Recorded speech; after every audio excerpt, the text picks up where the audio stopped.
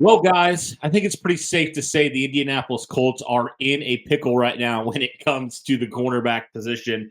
Derek, unfortunately, you had to watch that game and the Colts defense attempt, and I say attempt very lightly because it didn't even seem like it, attempt to stop the pass, I guess, with what they were able to not do this last week and just completely getting lit up by Derek Carr and the Saints. Obviously, they were missing Juju Brent's their number one corner. But, Derek, it's become very obvious that the cornerback position right now for the Indianapolis Colts is an issue, and it needs to be addressed in some form or fashion because you cannot do what you did a week ago. You cannot do what you did on Sunday. Yeah, I mean, it was really bad. And I mean, we're going to continue to have a lot of conversations probably throughout the year of, why the coaching staff is allowing this to happen, why Chris Ballard is allowing this stuff to happen. But I mean, again, Cody, I don't know when we're going to upload this, but I mean, the deadline from the time we're recording this is only about, less than 24 hours away now. And, we still haven't heard anything from the Colts on the forefront of getting some help. I mean, just clearly right now with what you have going on with this corner room, it's a lot of very unfortunate stuff that's been happening. But I mean, again, Ballard has the opportunity here to try and fix this. Try. Keyword try. Whether he does or not is the big isn't the question here. It's a matter of, does he just continue to let the dumpster fire continue to burn, or does he attempt to put it out in some way, shape, or form? Right. And, I said this, Derek, on Sunday. I said this, I posted on X, and I said, look, my issue was not with Chris Ballard, was not the way that he addressed it in the offseason. Like, I actually think he did a pretty good job of addressing the cornerback position in the offseason, right? Because you think about it. Obviously, Stephon Gilmore, he wants to be traded. All right. You know what? You honor his request. He's a veteran. You send him off to Dallas. Okay. Like, that one really couldn't be helped. But you still had Isaiah Rodgers at that point. You still had Dallas Flowers, who we showed when he was healthy that he can play some good snaps for you. You had Kenny Moore still. And then you added not one, not two, but three corners in the draft. So you think you have six guys right there that really, you felt pretty good about.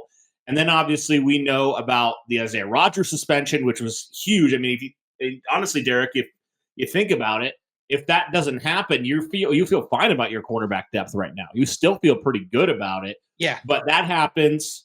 Obviously you cut Darius Rush. Juju Brents gets injured. Dallas Flowers gets injured. And now you're down to this spot. So I guess my issue with Chris Ballard has not been what he did this offseason. It's been the reaction in accordance to those moves, right? They've made no major moves at corner. Even back when, the Isaiah Rodgers suspension happened, for example, they didn't do anything. And I get, having that youth movement and going all in on that. But also at the same time, you need talent out there because this unit, they cost you that game. Let's be completely honest. They cost the Colts that game yesterday. And again, I don't put that, I know a lot of people are going all in on Tony Brown. I mean, for good reason. It was a terrible game. But Tony Brown shouldn't be out there. He's your fifth string corner, Derek. He shouldn't be out there having to face off against, starters. He just shouldn't. And so I think what Chris Ballard, where he really struggles is that blind faith that we talk about all the time. That blind faith in guys that simply cannot get it done. We saw it last year. Matt Pryor, Danny Pinter, both got benched. Heck, we saw it this year, a little bit with Darrell Baker. He just was not, to their credit, they benched him and they had some other guys that could step up. But Derek, right now, it's very obvious that the guys that are in the building that are healthy right now, especially the one, it's not going to get the job done. It's just not. And so I understand the youth movement. I totally get that. But I think also you have to acknowledge that, this is a glaring weakness right now for your team. And, Derek, if that was properly, addressed after the fact, you might be sitting here at 500 or better. Like, to be completely honest with you, you might be. So that's kind of what my thoughts are with the cornerback position. And I think the Colts cannot afford to sit on their hands, cannot afford to say, oh, it's fine, we'll be fine, or whatever it is. Like, they just can't do that, because that, honestly, in my opinion, it's kind of doing your team a disservice in certain ways, Derek. And I'm not even saying like, there's going to be a corner out there that's going to play to Juju Brent's level or whatever. But like, you need a competent outside corner right now. You just don't have that on your roster, or at least a guy we haven't seen yet, right? Amir Speed's the only guy that I'm really interested in just because of those measurables. 6'3", runs a 4.3. But again, he's a rookie. So, yeah, the Colts need to do something about corner. I don't think there's do they need to? I think it's how do they need to do it at this point? Yeah, and of course, when it comes to Juju Brents, from what we've been hearing is that potentially the IR is still in question for him, which could be, again, another 4 weeks for Juju Brents to be gone, which, I mean, if we're talking Colts Nation right now, I mean, that definitely means we won't see Juju Brents back this week. Most likely won't see him back next week. It'll probably be at least 3 or 4 weeks from now before we see Juju Brents. And by that time, season's midway over. You're pretty much done, like, at that point, and it's going to dictate a lot of things. And, you have to understand the circumstance that you're in now, Cody. And we will continue to talk about, you and I talked about it all day, talking about, Ballard and about Bradley and about how terrible both of these guys have been with how this situation is being dealt. Again, not their fault that all of these injuries just continue to happen. Misfortune with the Isaiah Rodgers thing. Injuries just keep piling on. All of this stuff. I get it. And it is what it is. At that point, and we have to remind ourselves once again, because I said the same thing you said, Cody. Last night, I had to remind myself, once again, this is a trial run year. This is a trial run year. I totally get it. But that is also the thing of, if it's a trial run year, are you saying, if you're Ballard's psyche, saying that, I mean, that's why I don't go and get a big name guy, or even get anyone for that matter, and just ride with them just because we know it's not. But I mean, the problem is that it's not going to get any better from here, I'd imagine. It probably might get a little better, but it can't get any worse than what it was yesterday. I mean, literally, Derek Carr had maybe one of the best games of his entire life against a Colts secondary that is completely demised of any corner depth at this point, besides Kenny Moore. Right. And even then, I mean, Kenny Moore, I think, got hurt in the game on Sunday too. So, I mean, that's a thing. It's just a matter of saying, do we just accept that our secondary is what it is now? Just depthless, young, inexperienced, not going to stop anyone. I mean, it just seems like, on one hand, I totally get it, but on the other hand, I'm like, seems like a really stupid way to go about your year, even if it's just a trial run, to just say, I'm giving up on the corner group altogether. That means just giving up on your defense altogether, because the rest of your team is just going to, and the rest of your defense is going to struggle, because now no one can guard anyone outside of Kenny Moore. Well, that's what I'm saying, Derek, is like, okay, if you're going to say it's a trial run, at least put out the young guys, right? At least get some young guys to put out there, right? If it's Amir Speed and he gets beat, so be it. Like, I'd rather that happen than a player who's been in the league like Tony Brown. Like, I'd rather get the lumps with the young guys than get the lumps with the veterans, if that makes any sense. Like, I'd rather lose with the young guys and struggle rather than struggle with the old guys. Because like you said, it can't get much worse than it was on Sunday. So why not? And that's why I also am kind of a big proponent of, thinking of guys like Kaiir Elam out there, who has struggled in Buffalo so far, 2022 first round pick. Why not throw out a mid-round pick or whatever it would take to get him, right? Kind of throw a flyer out there and take a chance on a young guy. Like, that's what I'm saying. Like, take a chance on some talented guys who maybe haven't worked out in previous situations, because we see it all the time, Derek. Heck, we saw it with Zach Moss in Buffalo. If you're not in the right scheme, if you're not in the right mindset, sometimes all you need to get is just get out of that situation, right? And there's other corners available as well. So I'd like to see the Colts do something, get some sort of young corner, regardless of if they are quote unquote good or a superstar at this point. Like I'd rather them have some young guys that can grow and develop and learn than having these old guys back there or those veterans that we already know what they are, you know? Like I'd rather have the 20-year-old corner getting, beat and learning from it than those old heads, just continuing to do the same exact thing time after time. Yeah.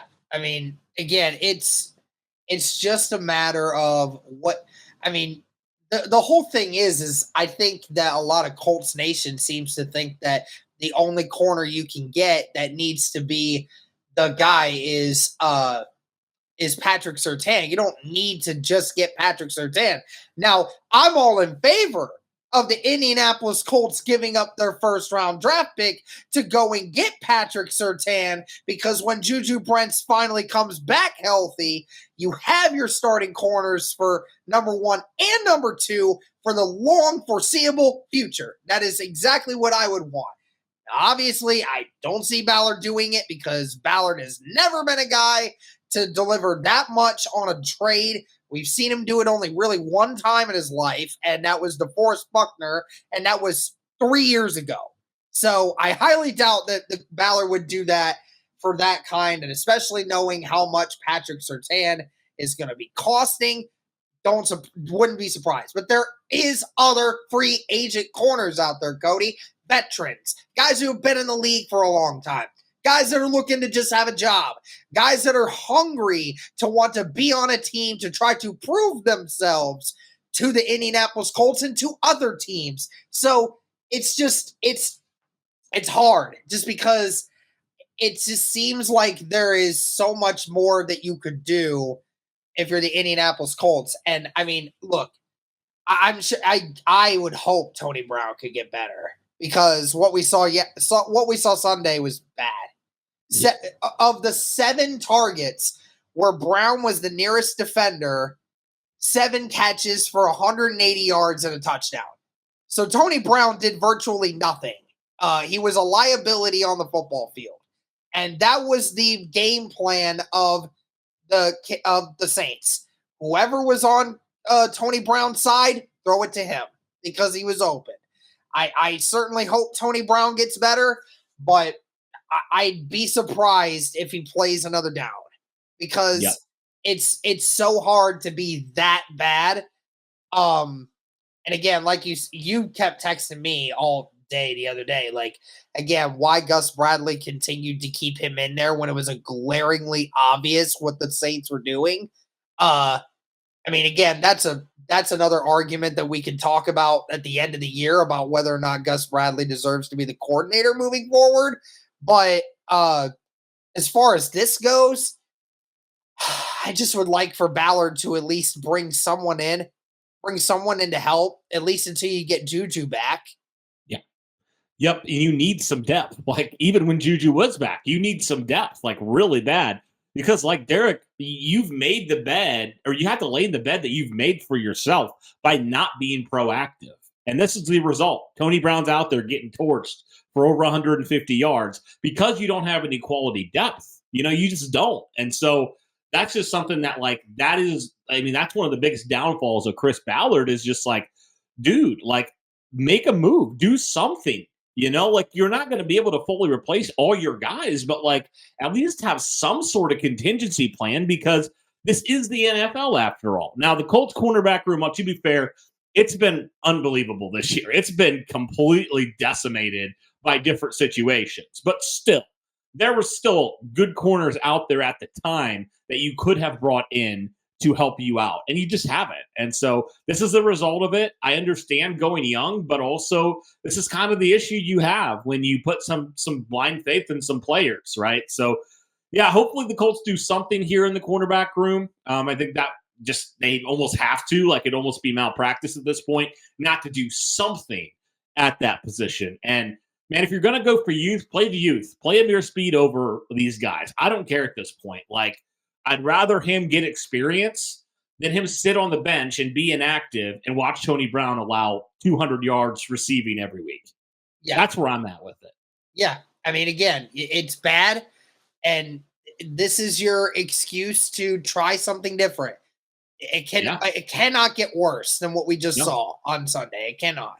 It can't. It can't. So it'll be interesting to see. And I don't think it's going to cost you that much either draft wise or, monetarily. It won't cost you that much money to do this. So it makes a whole lot of sense from all those standpoints. And it's just like you almost like have to just, if Chris Ballard doesn't do this, we have to have a different conversation because that's really, really, really putting your team at a disadvantage. Yeah, absolutely. Awesome. Well, that'll do it for this one, guys. Let us know your thoughts on the cornerback position, on Chris Ballard, on Gus Bradley. Who are some players you'd like to see the Colts bring in? Would you like to see maybe a guy like Amir Speed get more run at corner? Let us know all those things in the comments below. If you're new to the channel, be sure to hit that like button, subscribe, turn on the notification bell so that you are in the loop when we drop new, fresh content just like this. But that'll do it for this one, guys. Thank you so much for tuning in. And as always, guys, go Colts.